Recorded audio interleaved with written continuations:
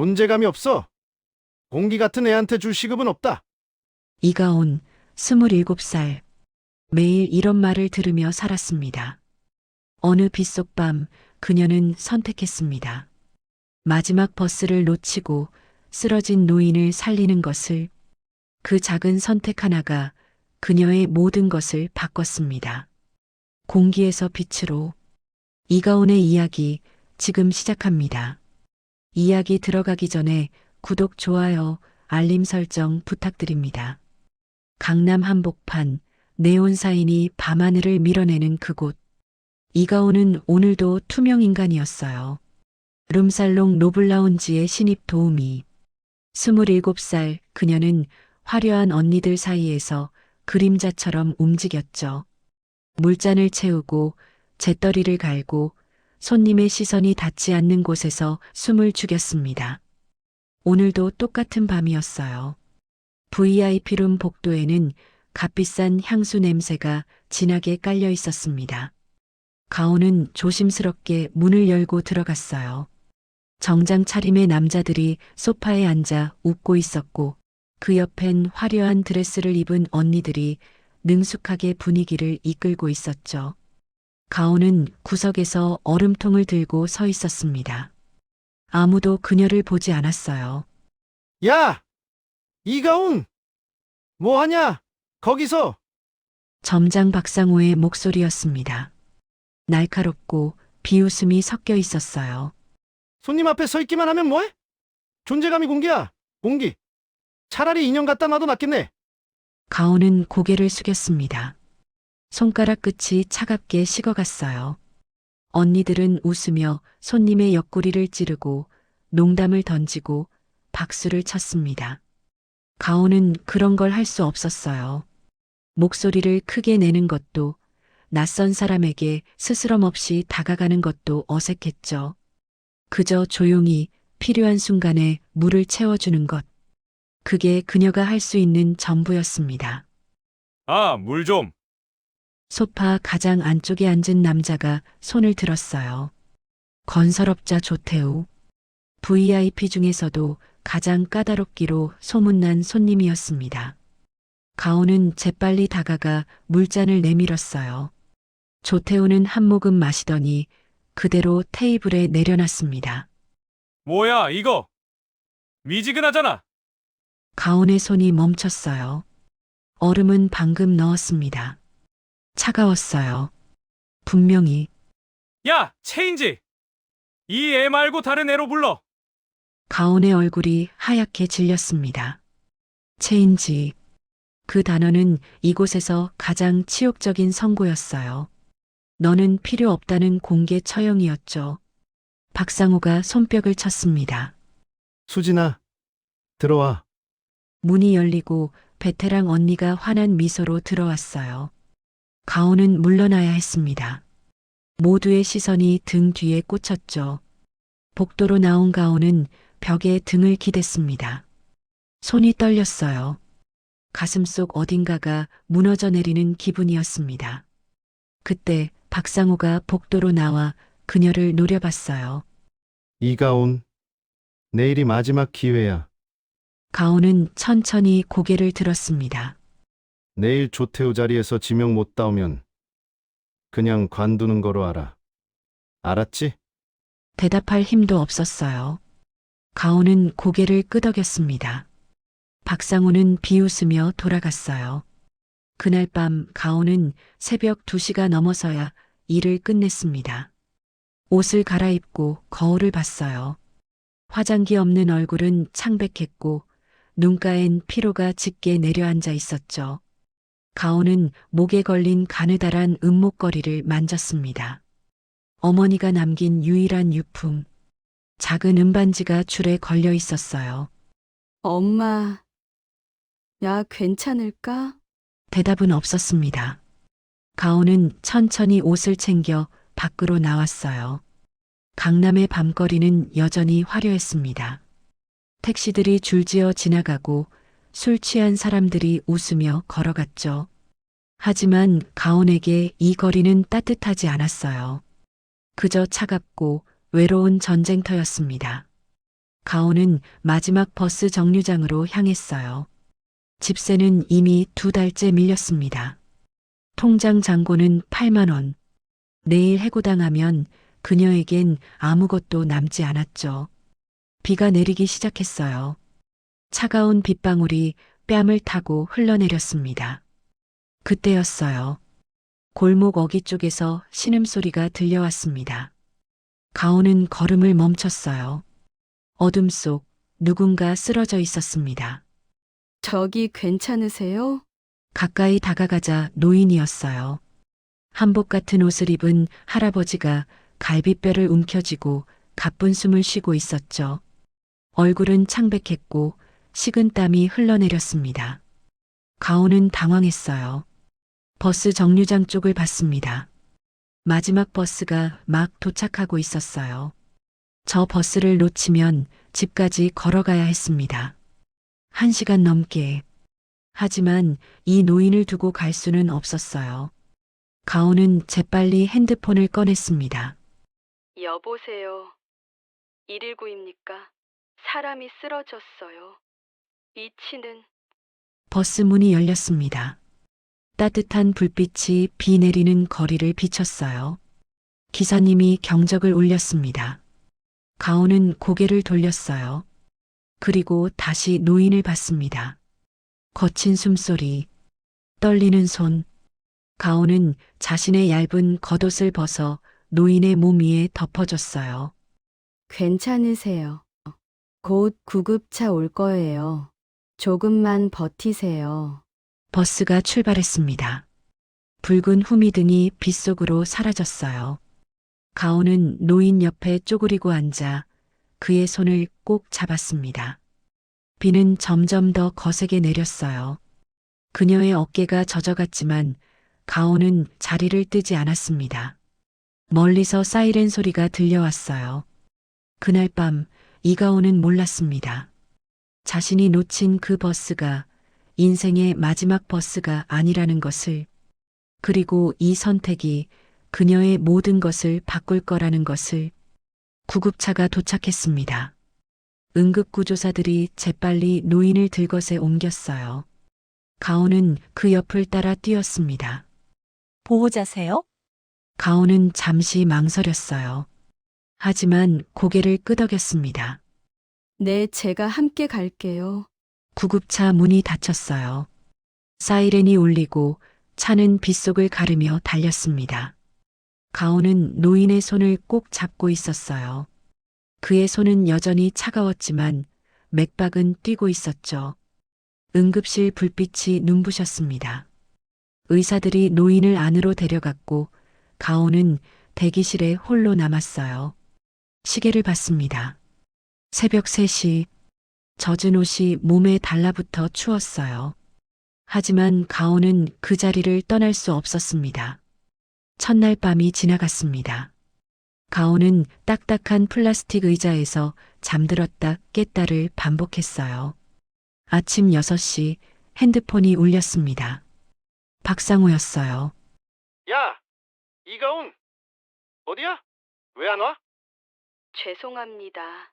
점장님. 급한 일이 생겨서. 급한 일? 오늘 조태우 회장 프라이빗 잡혀 있는 거 알지? 이가 마지막 기회라며? 가온은 입술을 깨물었어요. 정말 죄송합니다. 오늘은 정말 갈 수가 없어요. 뭐? 이거 진짜 웃기네. 야, 너 지금 장난해? 사람이 쓰러져서 병원에 있어요. 제가 지금 여기 있어야 해요. 그게 나랑 무슨 상관이야? 야, 이가온. 지금 당장 안 오면 너 잘리는 거 알지? 가온은 떨리는 손으로 핸드폰을 꽉 쥐었습니다. 알겠습니다. 전화가 끊겼어요. 가온은 고개를 들어 응급실 문을 봤습니다. 빨간 불이 여전히 켜져 있었어요. 그녀는 천천히 자리에 앉았습니다. 일자리를 잃는 것. 그건 곧 모든 걸 잃는 것이었죠. 하지만 이 노인을 두고 갈 수는 없었어요. 이틀째 되는 날, 노인은 중환자실로 옮겨졌습니다. 심근경색이었어요. 골든타임을 넘기지 않아서 다행이었죠. 가온은 중환자실 밖 긴 의자에서 눈을 붙였습니다. 핸드폰엔 부재중 전화가 20통 넘게 쌓여 있었어요. 모두 박상우였습니다. 그리고 문자 하나. 박상우 문자. 무단결근 3일. 해고 처리함. 가온은 핸드폰 화면을 오래 바라봤어요. 예상했던 결과였습니다. 하지만 글자로 보니 더 무거웠죠. 그때 또 다른 전화가 걸려왔습니다. 집주인 아주머니였어요. 가온아, 나야. 집세 언제 줄 거야? 아주머니 조금만 더 기다려 주세요. 이번 주 안에 꼭. 이번 주? 너 지난달에도 그렇게 말했잖아. 2달째야, 2달째. 나도 사정이 있어. 오늘까지 안 들어오면 짐 정리해. 아주머니. 제발요. 며칠만요. 안 돼. 오늘 저녁까지야. 전화가 끊겼습니다. 가온의 손에서 핸드폰이 미끄러져 바닥에 떨어졌어요. 화면이 깨졌습니다. 그녀는 그대로 주저앉았어요. 셋째 날 아침, 간호사가 가온을 깨웠습니다. 환자분 깨어나셨어요. 가온은 화들짝 일어났어요. 중환자실 안으로 들어갔습니다. 노인은 침대에 누워 천천히 눈을 뜨고 있었어요. 창백했던 얼굴에 조금씩 혈색이 돌았습니다. 그는 가온을 보더니 작게 웃었어요. 당신이 나를 살렸군요. 가온은 고개를 저었습니다. 아니에요. 그냥 당연한 일을 했을 뿐이에요. 당연한 일이라. 노인은 천천히 손을 들어 가온의 손을 잡았어요. 고맙습니다. 정말로. 가온은 눈물이 핑 돌았어요. 왜 우는지 스스로도 알 수 없었습니다. 그저 이 며칠간 쌓인 피로와 두려움이 한꺼번에 밀려왔죠. 오후가 되자 노인의 가족들이 도착했습니다. 정장을 입은 젊은 남자가 가온에게 정중히 인사했어요. 안녕하세요. 저는 윤혜진 원장님의 비서 정현우라고 합니다. 가온은 놀라 고개를 들었어요. 원장, 비서, 은인이시라고 들었습니다. 정말 감사드립니다. 아니에요. 저는 그냥 덕분에 원장님 목숨을 구하셨습니다. 저희가 꼭 보답하겠습니다. 정현우는 명함을 건넸어요. 가온제 한정식 다이닝이라는 글자가 적혀 있었습니다. 가온은 멍하니 명함을 바라봤어요. 그리고 그제야 깨달았습니다. 자신이 살린 사람이 누구인지. 병원을 나선 가온은 원룸으로 향했습니다. 하지만 문 앞에는 이미 자물쇠가 바뀌어 있었어요. 짐은 현관 밖에 박스로 쌓여 있었습니다. 집주인 아주머니가 팔짱을 끼고 서 있었어요. 미안하지만 어쩔 수 없어. 다음 세입자 들어와. 가온은 아무 말도 할 수 없었어요. 그저 고개만 끄덕였습니다. 박스를 들고 계단을 내려왔어요. 갈 곳이 없었습니다.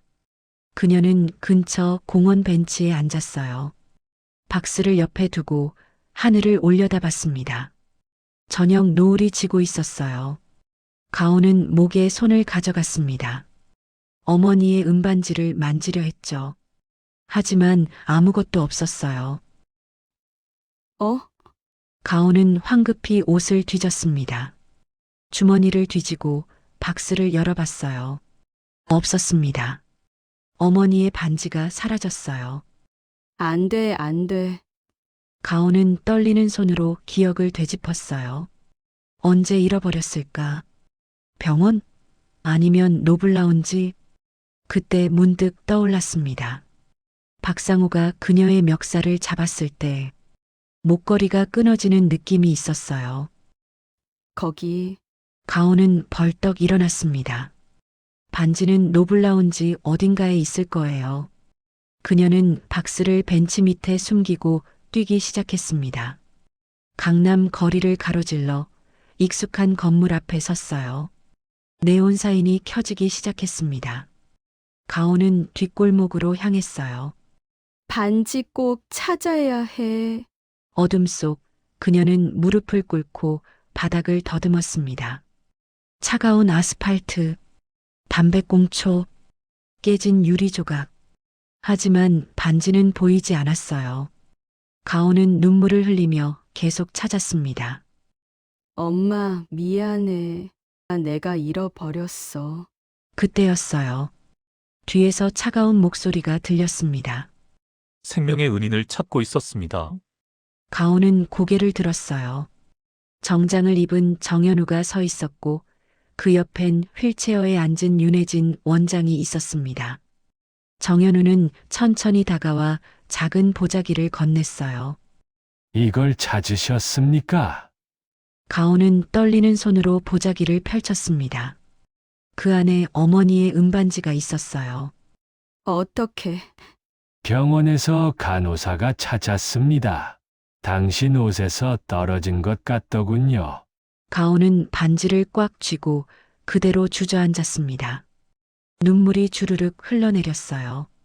윤혜진은 조용히 그녀를 바라봤습니다. 당신은 참 특별한 사람이군요. 가온은 고개를 들었어요.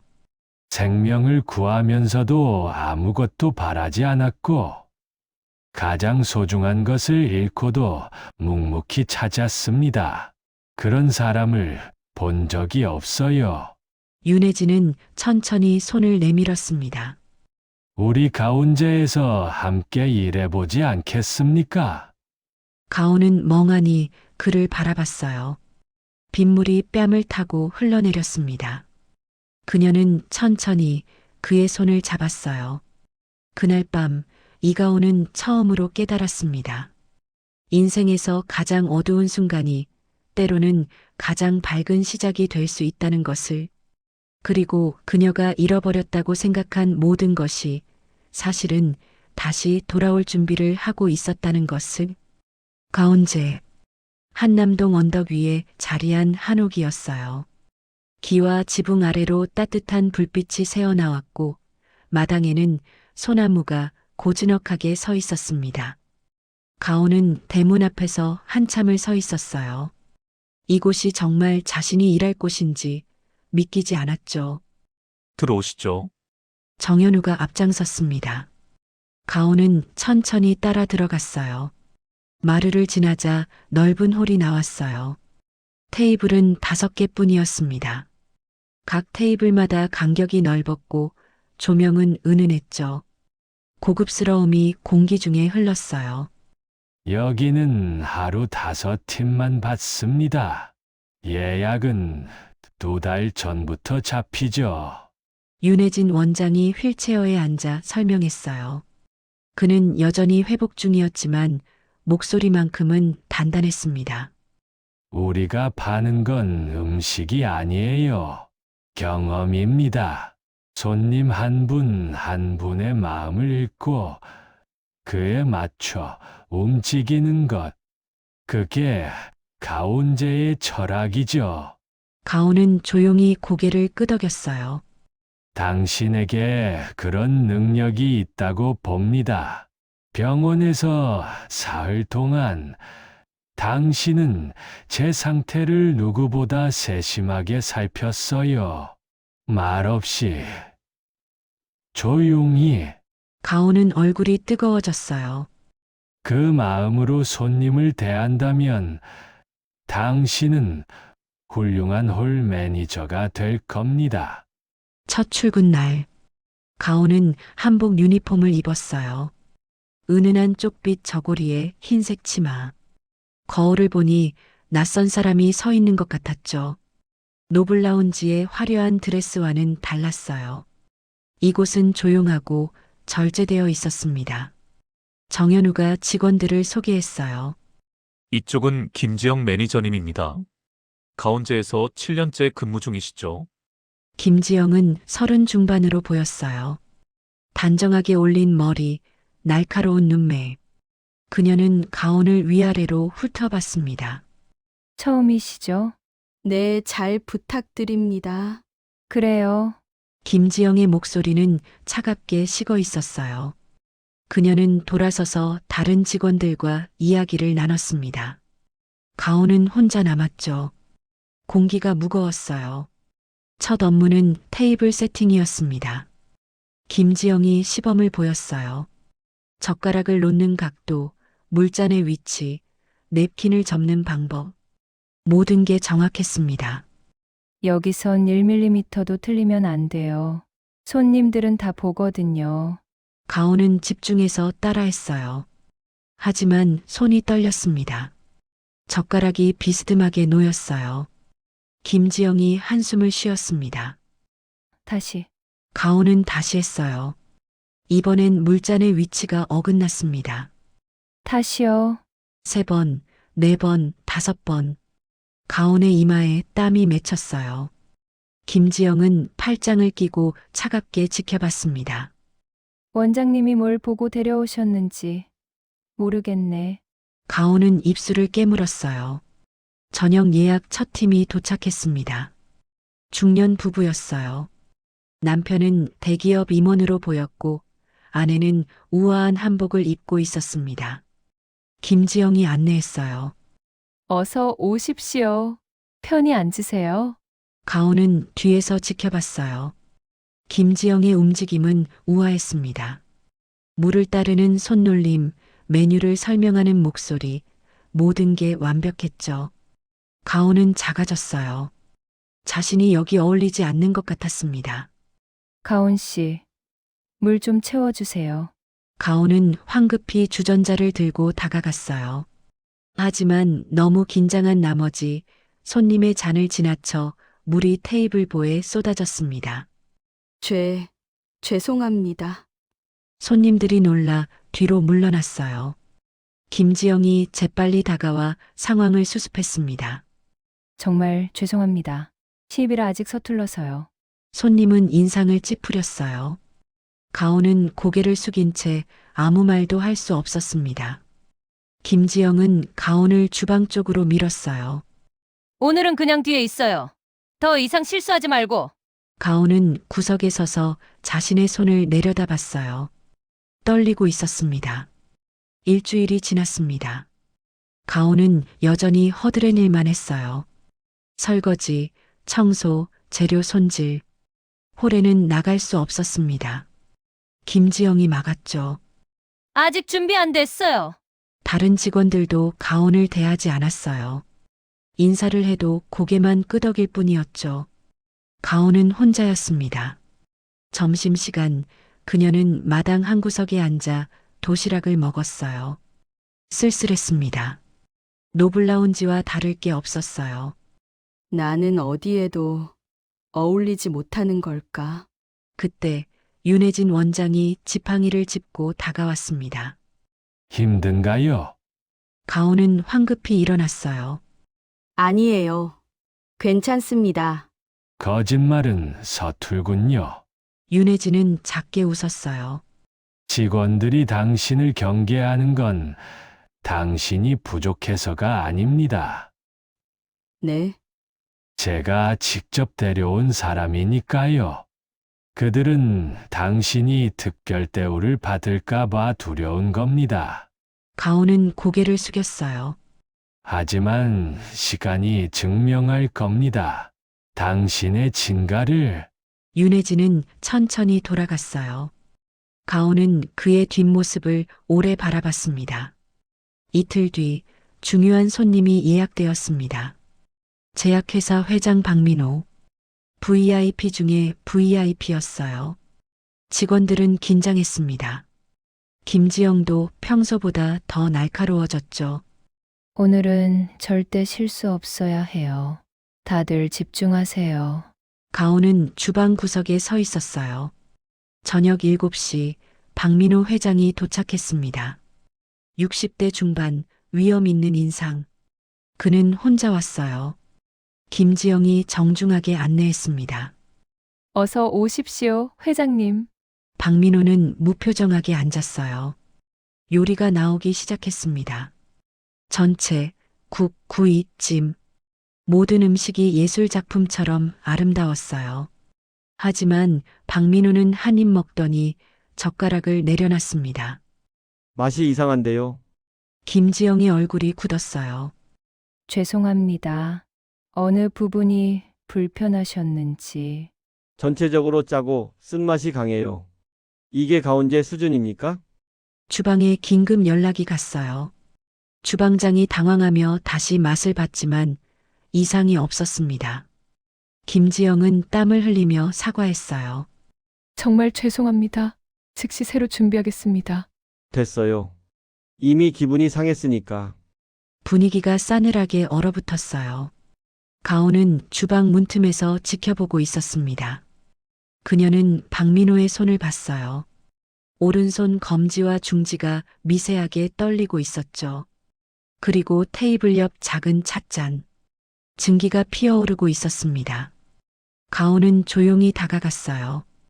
가온 씨, 지금은 하지만 가온은 멈추지 않았습니다. 그녀는 박민호 앞에 무릎을 꿇고 조용히 말했어요. 회장님, 혹시 방금 감기약을 드셨나요? 박민호가 고개를 들었어요. 어떻게 알았습니까? 뜨거운 보리차로 약을 드시면 입안이 민감해져 음식 맛이 달라질 수 있습니다.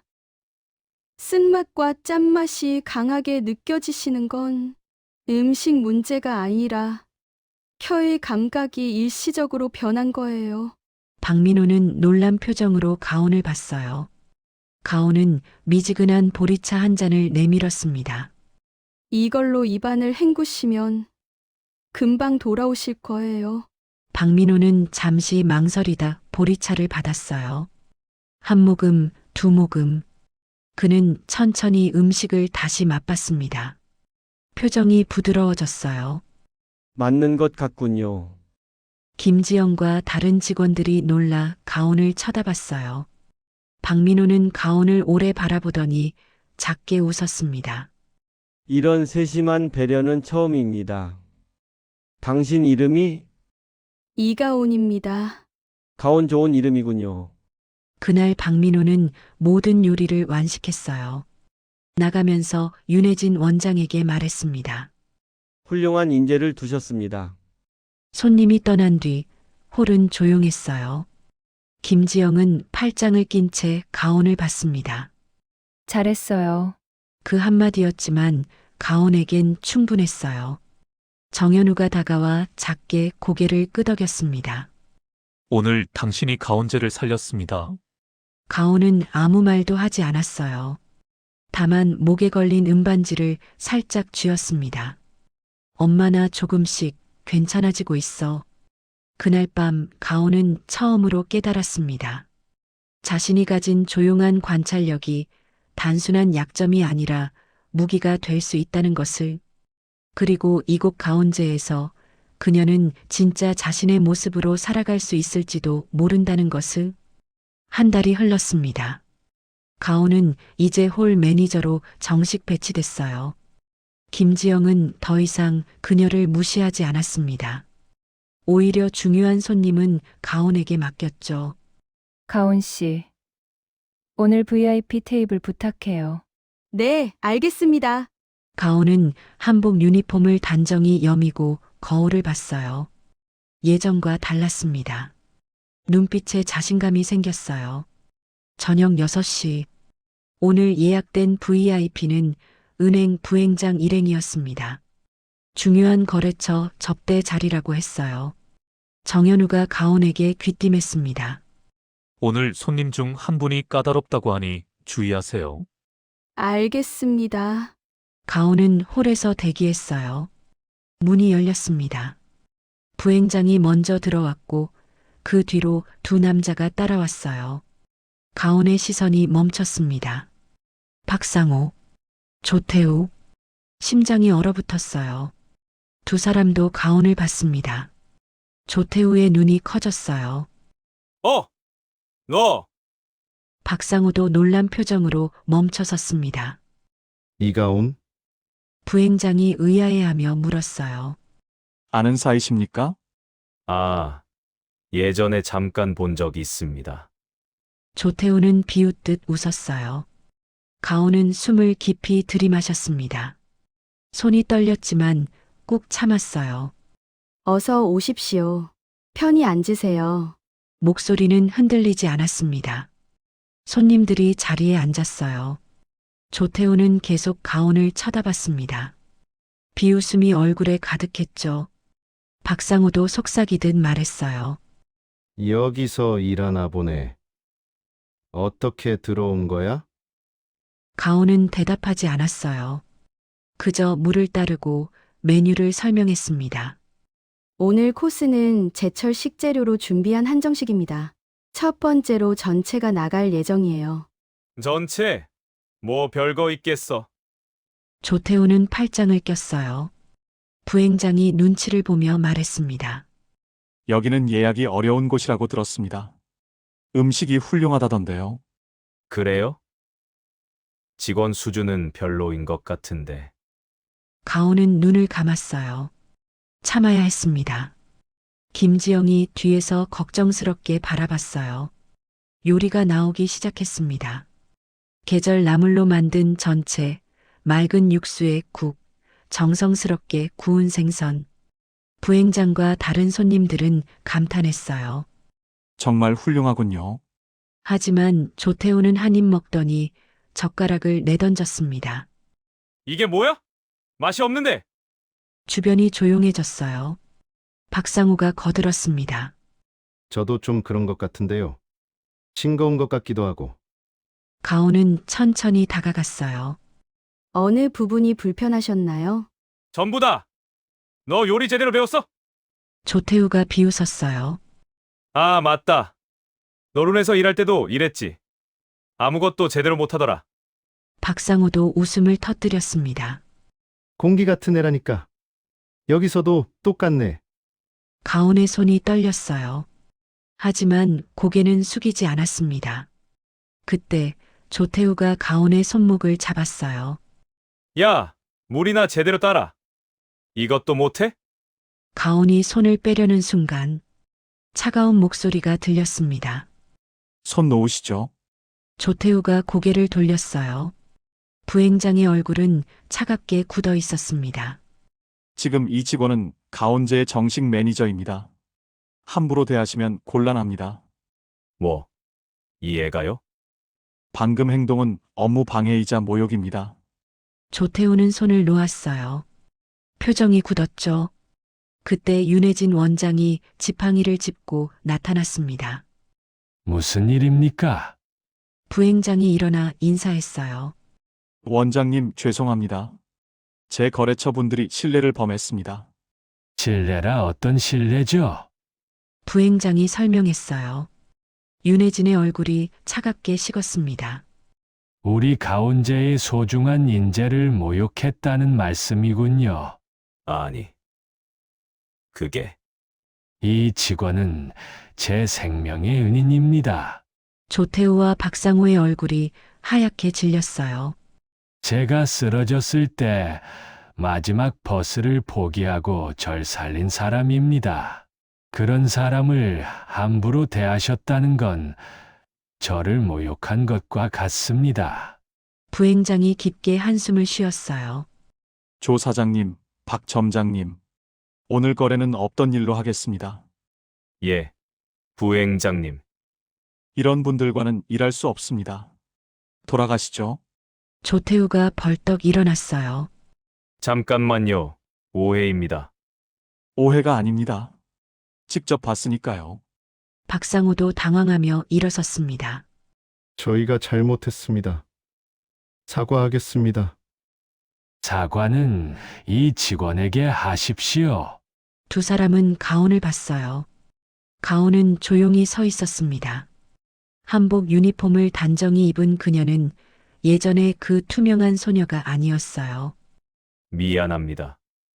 정말 죄송합니다. 가온은 천천히 고개를 끄덕였습니다. 괜찮아요. 그녀의 목소리는 떨리지 않았어요. 저는 이제 제 길을 찾아가고 있으니까요. 조태우와 박상호는 아무 말도 하지 못했습니다. 부행장이 윤혜진에게 인사했어요. 원장님, 오늘은 이만 실례하겠습니다. 다음에 다시 찾아뵙죠. 그러시죠. 부행장 일행이 나갔어요. 조태우와 박상호는 고개를 푹 숙인 채 따라 나갔습니다. 문이 닫혔어요. 홀은 다시 조용해졌습니다. 김지영이 다가와 가온의 어깨를 두드렸어요. 괜찮아요? 네, 괜찮습니다. 가온은 떨리는 손을 꼭 쥐었어요. 윤혜진이 천천히 다가왔습니다. 잘 견뎠습니다. 감사합니다. 원장님. 아니에요. 당신이 스스로 해낸 겁니다. 윤혜진은 작게 웃었어요. 공기처럼 조용하다는 게 약점이 아닙니다. 그건 당신만의 강점이에요. 가온은 눈물이 핑 돌았어요. 하지만 웃었습니다. 이제야 알 것 같아요. 그날 밤 가온은 마당에 혼자 섰어요. 달빛이 소나무 가지 사이로 내려왔습니다. 그녀는 목에 걸린 은반지를 꺼내 손바닥에 올려놨어요. 엄마, 나 이제 정말 괜찮아. 반지가 달빛에 반짝였어요. 가온은 천천히 반지를 다시 목에 걸었습니다. 바람이 불었어요. 따뜻했습니다. 가온은 깨달았어요. 자신을 무시했던 사람들은 이제 중요하지 않다는 것을. 진짜 중요한 건 자신을 믿어준 사람들과 함께 앞으로 나아가는 것이라는 걸. 그리고 조용한 배려가 세상에서 가장 강한 무기가 될 수 있다는 것을. 가온은 가온제의 불빛을 바라봤어요. 그곳에서 그녀의 새로운 인생이 시작되고 있었습니다. 가온 씨, 내일부터 VIP 전담 매니저로 승진입니다. 정현우가 문서를 건넸어요. 가온은 놀라 눈을 크게 떴습니다. 저 정말요? 원장님 지시입니다. 축하드려요. 가온은 문서를 받아들었어요. 손이 떨렸지만 이번엔 두려움이 아니었습니다. 기쁨이었어요. 감사합니다. 정현우는 작게 웃으며 돌아갔어요. 가온은 문서를 가슴에 꼭 안았습니다. 이제 시작이야. 진짜 내 인생이.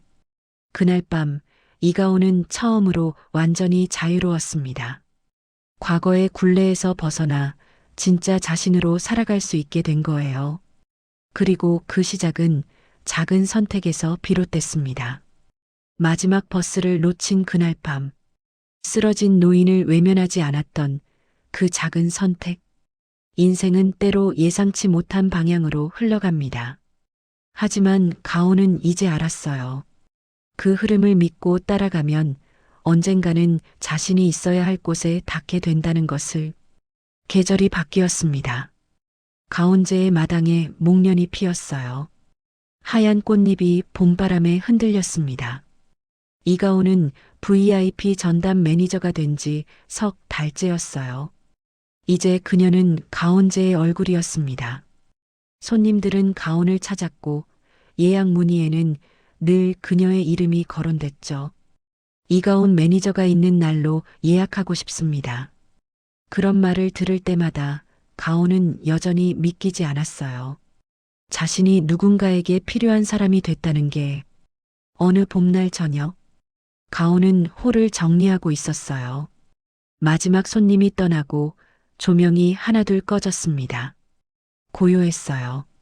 김지영이 다가왔습니다. 수고했어요, 가온 씨. 매니저님도요. 김지영은 잠시 망설이더니 말했어요.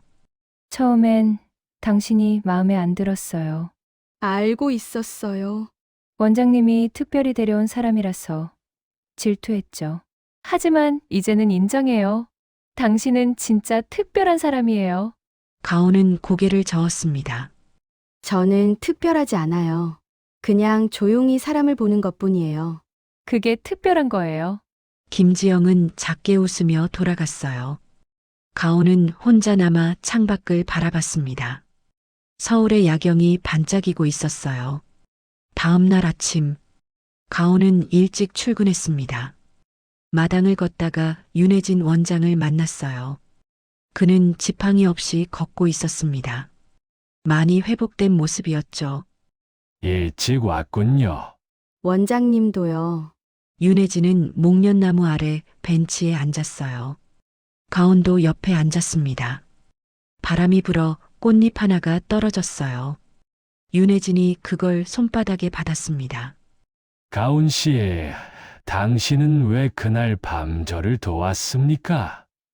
가온은 잠시 생각했어요. 그냥 외면할 수 없었어요. 버스를 놓쳤는데도요. 네. 사람이 더 중요했으니까요. 윤혜진은 고개를 끄덕였어요. 그게 바로 오무테나시입니다. 진심 어린 배여. 아무도 보지 않는 곳에서도 최선을 다하는 마음. 가온은 조용히 들었어요. 당신은 그걸 이미 알고 있었어요. 그래서 제가 당신을 선택한 겁니다. 윤혜진은 일어서며 말했습니다. 앞으로도 그 마음 잃지 마세요. 네. 꼭 그러겠습니다. 시간은 흘렀습니다. 여름이 오고 가을이 왔어요. 가온은 매일 손님을 맞이했습니다. 웃는 손님, 피곤한 손님, 슬픈 손님, 행복한 손님. 모두 다른 사람들이었지만 가온은 하나하나 세심하게 돌봤어요. 물을 따를 때도 냅킨을 건넬 때도 그녀는 손님의 눈을 봤습니다.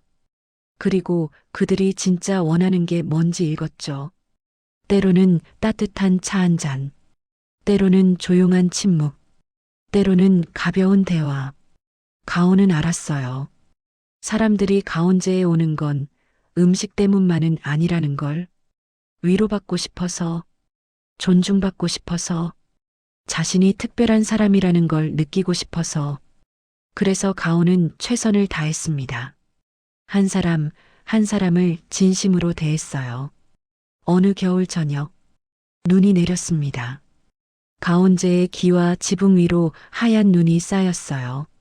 가온은 마당에 서서 하늘을 올려다봤습니다. 눈송이가 얼굴에 닿았어요. 차갑고 부드러웠습니다. 그녀는 목에 걸린 은반지를 꺼냈어요. 어머니의 반지. 가온은 반지를 손바닥에 올려놓고 오래 바라봤습니다. 엄마, 나 이제 행복해. 목소리가 바람에 실려 흩어졌어요. 가온은 눈물을 흘리지 않았습니다. 다만 조용히 웃었죠. 엄마가 남겨준 이 반지처럼 나도 누군가에게 따뜻한 사람이 되고 싶어. 그때 정현우가 나타났어요. 가온 씨, 손님 오셨어요. 지금 가겠습니다.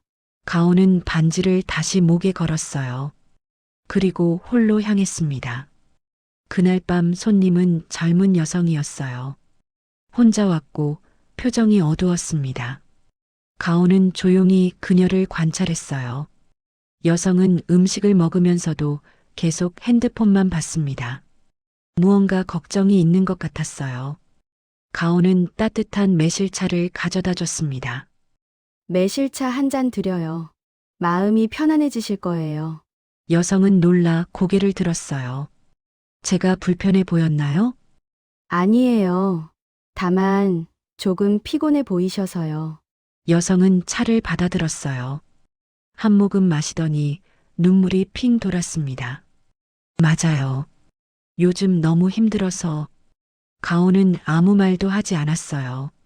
그저 조용히 옆에 서 있었습니다. 여성은 천천히 이야기를 꺼냈어요. 직장에서의 어려움, 관계의 문제, 미래에 대한 불안. 가온은 끝까지 들었습니다. 그리고 작게 말했어요. 괜찮아요. 시간이 지나면 다 괜찮아질 거예요. 여성은 고개를 끄덕이며 웃었어요. 고마워요. 정말로. 가온도 웃었습니다. 그 순간 가온은 깨달았어요. 자신이 하는 일의 의미를.